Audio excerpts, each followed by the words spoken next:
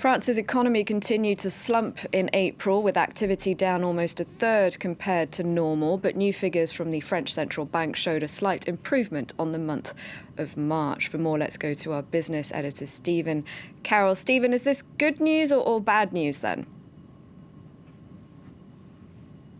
It's a bit of both, Claire. We saw economic activity slump by 27% in April. That's compared to a normal week in April.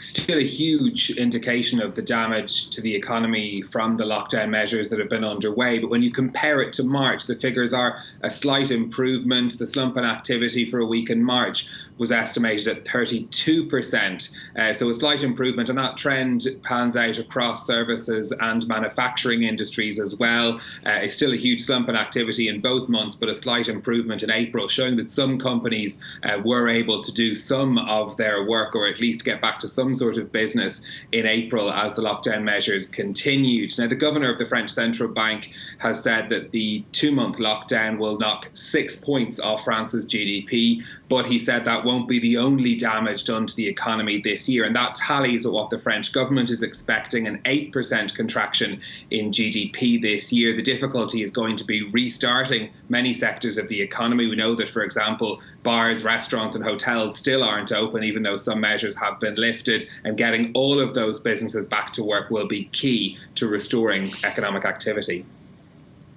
Stephen, elsewhere, the low-cost airline Ryanair says it's planning to resume 40% of its flights in July. What more can you tell us? It's a plan that sees at least some return to activity for airlines. We know the sector's been devastated by the collapse in passenger travel during the pandemic. So Ryanair is saying it's going to go to around 1,000 flights a day, up from 30 at the moment, from the 1st of July, with new measures, including requiring passengers to wear face masks and having restrictions on board as well to help protect passengers and crew. Ryanair going out, I suppose, on a bit of a limb, hoping that there will be demand for passengers to fly from the start of July. This is, we have countries like the UK debating a 2-week quarantine for incoming travellers. Spain has announced that it will impose from the 15th of May a 2-week quarantine to all incoming travellers as well, for a provisional period of just 9 days, but that could be extended further as well. And that's going to be really important for European economies, how they can open up to travel and if they can open up to travel this summer. Spain in particular has a €150 billion tourist industry. It's worth around 12% of the country's economy. Countries like that really would need travel to open up to see that sector produce a decent amount of revenue this summer. Thank you very much, Stephen.